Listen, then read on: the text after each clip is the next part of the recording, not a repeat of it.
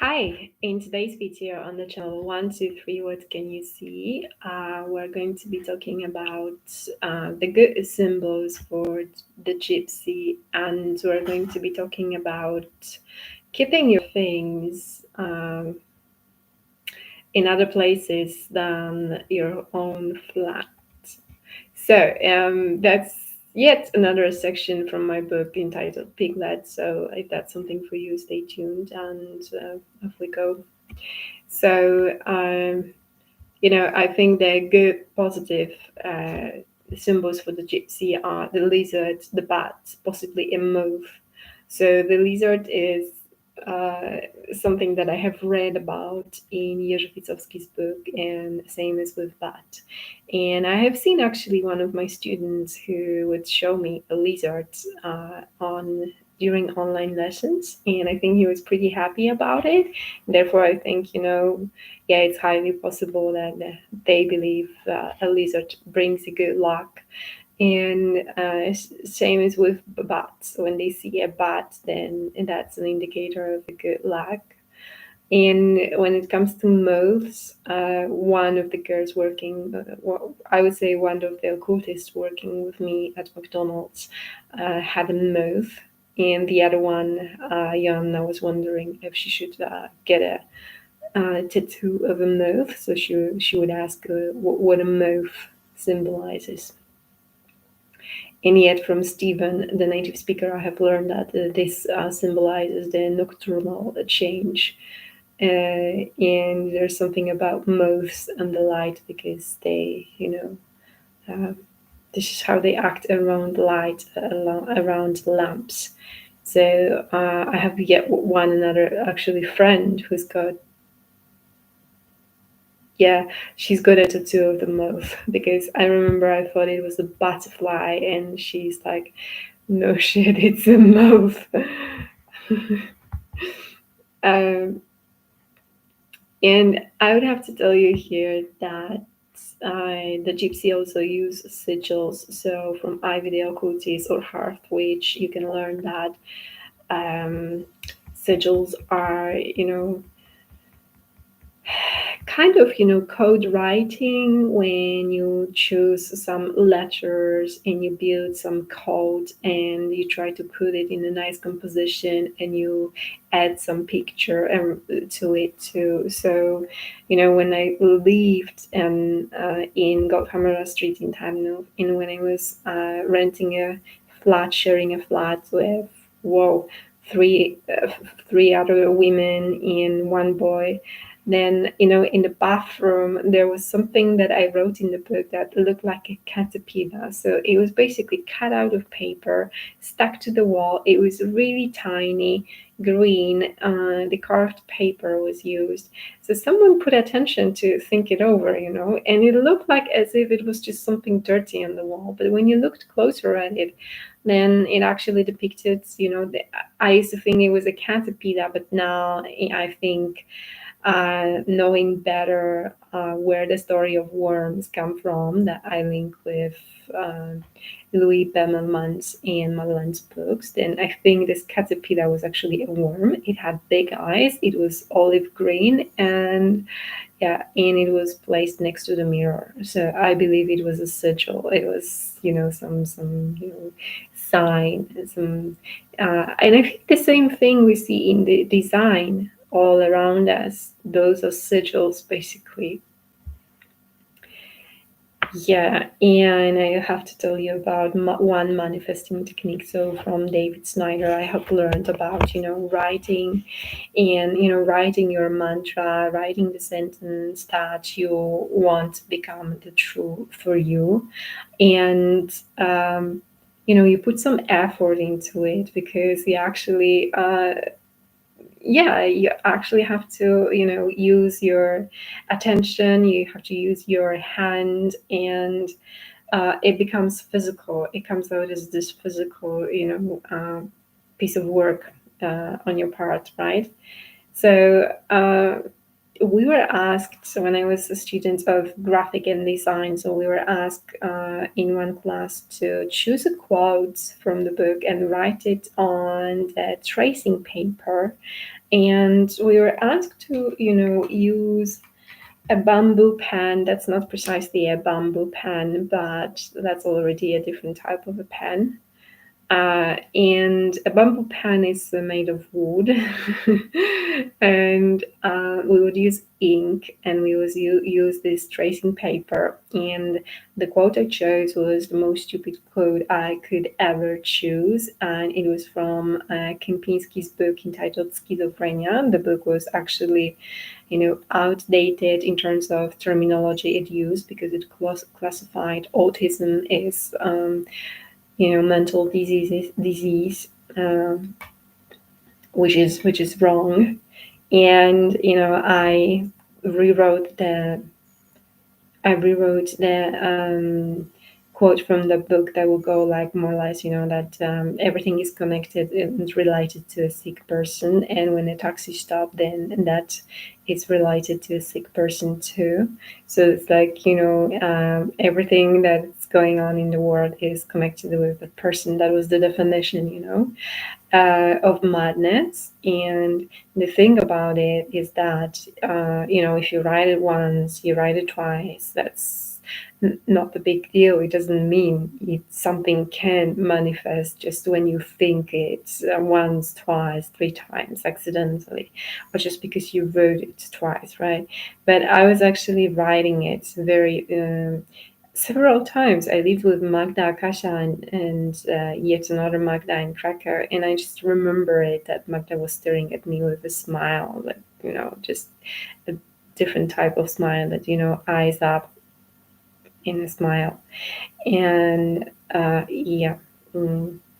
So I was writing it over and over and over, and I was all the time making some mistake. And we were told to do that writing with Roman minuscule. So that's a type of writing that we were instructed, how to write each and every separate letter. And we got, so to say, a recipe telling us, okay, this is the line that goes here, and then you take this line, and then you do the line in the middle. So they would say, they would have, for the handwriting typography, that you would have, for each letter, some set of rulers that you have to, use the hand movement accurately with what was written on that paper.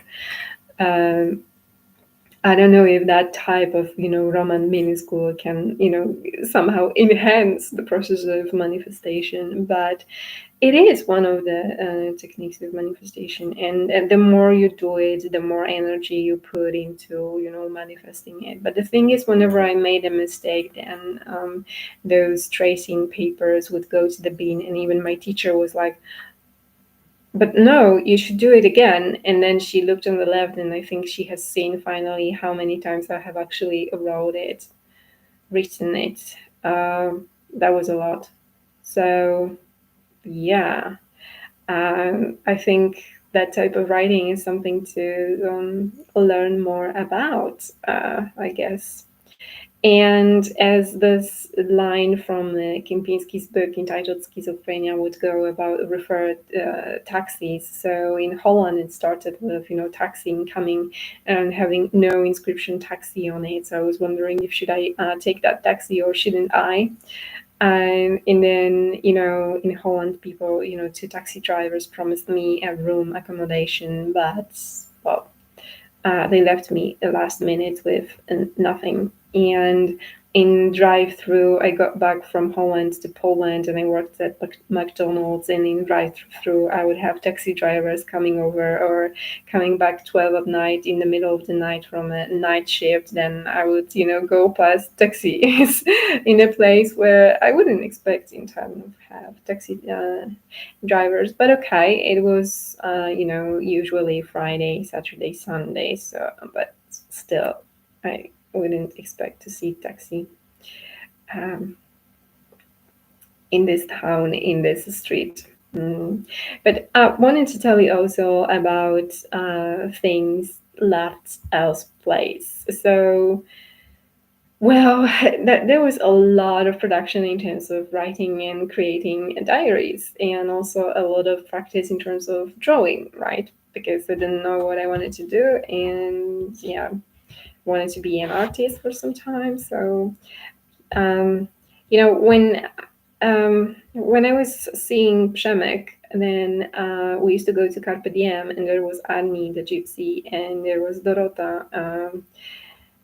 Whom supposedly didn't pass mature exams, I was told. And Dorota wanted to borrow my notebooks, for English, Polish, and I borrowed her everything I had because, high school number seven didn't prepare me for a mature exam from Polish, and I had to buy, new book that would give you more and more writing assignments to do, and I would just do those assignments to prepare myself for a Polish mature exam. And I gave all that in my favorite notebooks from English class to Dorota. But I told her that I wanted to see that back, because I had some sentiment to that. She never gave me those back. And actually, she kind of looked like, weird. She looked excited when she got it. And then yeah, and when I suspected that my mother was reading my diaries, and then I took about six, yeah, possibly six of them to, or four of them to my best friend. But I think in this case, they were just in a safe place, better than to keep them at home. And when I was in Holland, I did the same. I just wrote three notebooks, and I kept them by a random man who was just selling phones. So I just asked him if I could leave it there, and I'm really, really grateful that he agreed. Um, and I also remember that I borrowed to my friend from studies, Ella. I borrowed her the notes to pass literature exams. She had some troubles with it, and I really worked hard on those notes, and I really worked it in such a way that I learned it, and it was great, and I liked the way what came out of those notes. And I wanted to see those notes back, but she never gave me those back. And when sitting there, I remember like the thought occurred that you can ask her, you can remind her, and I'm like, oh no, no, never mind. Uh, yeah. And during the time when I worked at McDonald's, and there were a lot of new papers like showing up and so on, and I just also took them to one of my friends. And when I was collecting those papers, it turned out that some of them were changed too. Yeah. So basically, there was sure thing. There was more. My lawyer didn't give me my USB, and there's more. But the thing that's really recurring and repeating here is that my mother used to throw away my drawings just without telling me. When I was a little girl, she would always go and clean the wardrobe, and she wouldn't tell me about it. And uh, yeah, and then you see that half of your drawings, half of your work is in the trash, and you had no saying about it. She did the same with clothes. I think more often she would do it with drawings, but she did the same with clothes. When she considered that something is used, then she would throw it away, even though I might have liked it or something. And I think I think the same was with even with my documents, because the very first time I worked in Holland, I was about 19, 20 years old when I went there with my sisters, my brother-in-law. And these are the papers that were gone many, many years ago, because I never got it right in my CV because it was just never in my CV, and it was really gone like at least 12 years ago. Those papers were already gone. It's not like during the time when I worked for McDonald's and I was discovering occultism, and then I had the time of my life with papers. In terms of uh, yeah, somebody wanting to introduce, a lot of confusion with this regard in introducing papers that did not belong to me. Like I bought a house, which I could not buy a house because I never was employed twice in the same place for this better type of a contract, and this is required to get the loan in Poland. Yeah. Uh, so I think, even throwing papers or taking away the papers and documents was just done many, many years ago.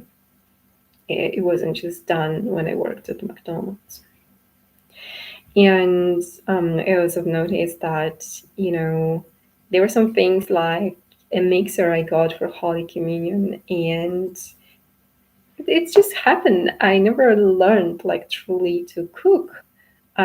But there are like few meals that I can make. Like I can make pasta, I can make dumplings. Grandma taught me, and I can make yeah, risotto. So and but I don't know, for example, how to make soups. But for Holy Communion, I got from my grandma a mixer, and then I just learned that it's by my sister, who actually she's the one that cooks a lot. She likes cooking, and not a big deal, right? But she just never asked, she never told me. And the sister who is elaborated, and she used to like reading.